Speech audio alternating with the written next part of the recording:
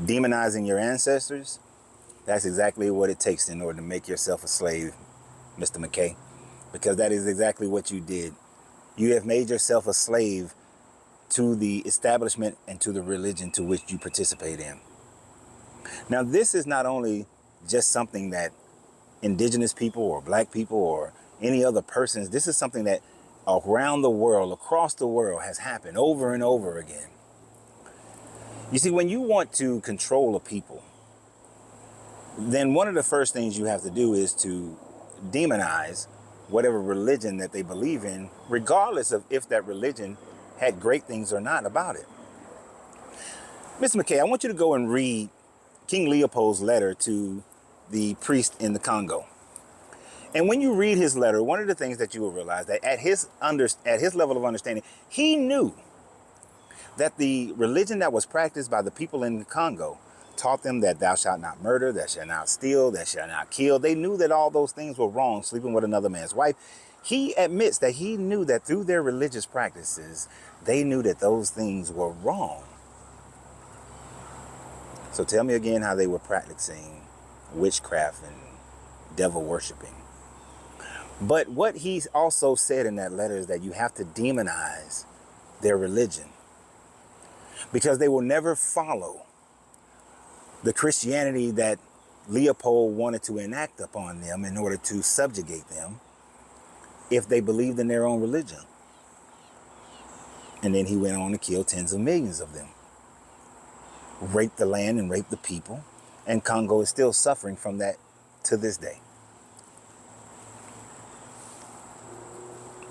You see, many people who listen to this, whether it doesn't matter where you're from, your ancestors were Druids, your ancestors were Celtics, your ancestors are Polynesian, your ancestors were indigenous Americans, your ancestors were from Africa, your ancestors were from everywhere. And then here comes Christianity, here comes Islam, here comes all these religions that come to dominate and try to conquer your people.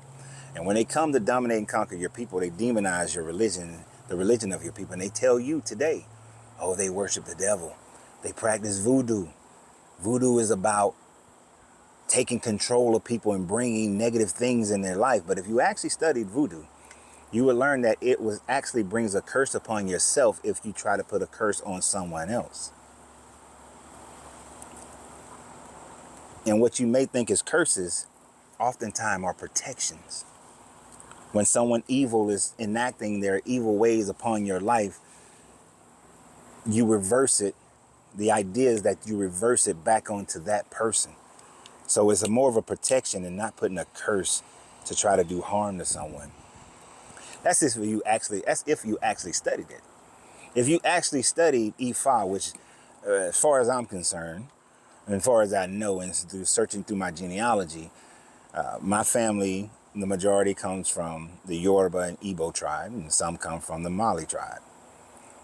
From that Yoruba Igbo, we have Ifa. We have the worship of Chechua. We have the worship of Oshun and Ogun, and we have the worship of Shango and Anansi. I met a man, and after spending some time with him, he decided that I was a priest of Eshu. And on the surface, you may read about Eshu and say, oh, he was a trickster god, kind of like Loki. But the difference is that he was a trickster god in order to trick you to do something that's better for you when you don't want to do it. For instance, there's a story of a young man who wanted to have a wife. And Eshu caused the young man to bump into the chief's daughter, causing her to hurt herself. The punishment was that the young man had to take care of her until she was well again. But in spending that time together, they fell in love and they became husband and wife. So where you see trickery, the teachings of Ifa is divine intervention to get you to do things that you may not necessarily think is great, but is great at the end. Mama Wata. How is it devil worship when they believe that she was bringing the water, they was keeping the fish in the water, helped to grow the plants to feed the people? You see, Christianity has you demonizing all things African, demonizing all things indigenous American, all things Polynesian, all things, you know, from China, from Japan, Shinto, all things Buddhist, all things Hindu.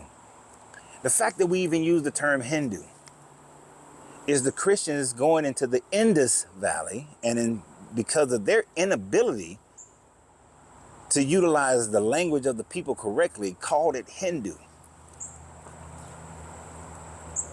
Prior to Christians going to India, the people in the Indus religion believed that Brahma was the only God.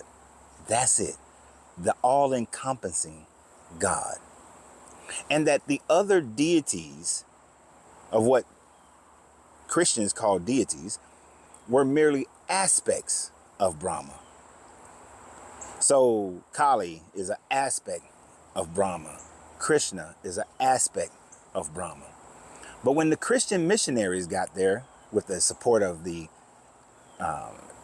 army that was purchased by the East Indian Tea Company, I think that's the name of the tea company, by the corporation, they decided to tell the people in the Indus Valley that you are polytheistic. They proceeded to tell them that their religion was pagan. And over generations, the people in the Indus Valley started to believe them. Thankfully, they didn't wipe out their religion. It is still the oldest religion, but they effectively changed their religion to a polytheistic religion when it was originally a monotheistic religion. See, that is what Mr. Clark is talking about. Who educated you to believe what your ancestors were doing was devil worship and witchcraft? You see, you received the education of the colonizing Christian, the conquering Christians. And by receiving that education, you come to think about other people's religion in the same framework that they think about other people's religion, because they have a religion superiority complex to go along with their white supremacy.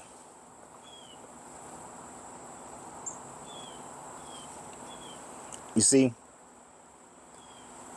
in every religion, in every culture, there was good, there was bad. There was Ahura Mazda and there was Agramenya. You may not know those names, but they're from the Zoroastrians. A lot of your Old Testament beliefs are from the Zoroastrians, with the idea of a good God, all good God, and an evil devil. It comes from the Zoroastrians. You see, in the Sumerians and the Kemetic, they didn't have an all good and all evil. Those things, they were kind of like Enki could be he was mostly good, but sometimes he was evil. Enlil was mostly evil, but sometimes he was good. It is through the Zoroastrian belief that you get the all good, all evil ideas from. Because before that, the Old Testament, they didn't believe that there was a devil. That's why the serpent, Satan, Lucifer are all separate. They're not the same being. Beelzebub, the great beast, all these things, separate beings. You learn that over time, it became all good, all evil, based on a whole nother religion that you would say is witchcraft. And speaking of witchcraft, in Voodoo, they cast out demons. In Christianity, they cast out demons. Witchcraft. In Voodoo, they heal people. In Christianity, they heal people. Witchcraft. In Voodoo, they get taken over by the spirit of others. In Christianity, you get taken over by the Holy Spirit. Witchcraft. It's only witchcraft because it's not the one that you do. It's only devil worshiping because it's not the God that you worship. It is confirmation bias, and that's all it is. And it is the fact that you've been misled and mistaught. You've been bamboozled, hoodwinked, run them up. But I find it to be a juvenile mindset that will allow for what you were taught as a child to still be what you believe in today. But tell me what you guys think. And always remember, you have to free yourself to be yourself, because your greatness is non-negotiable. Good journey, good vibrations.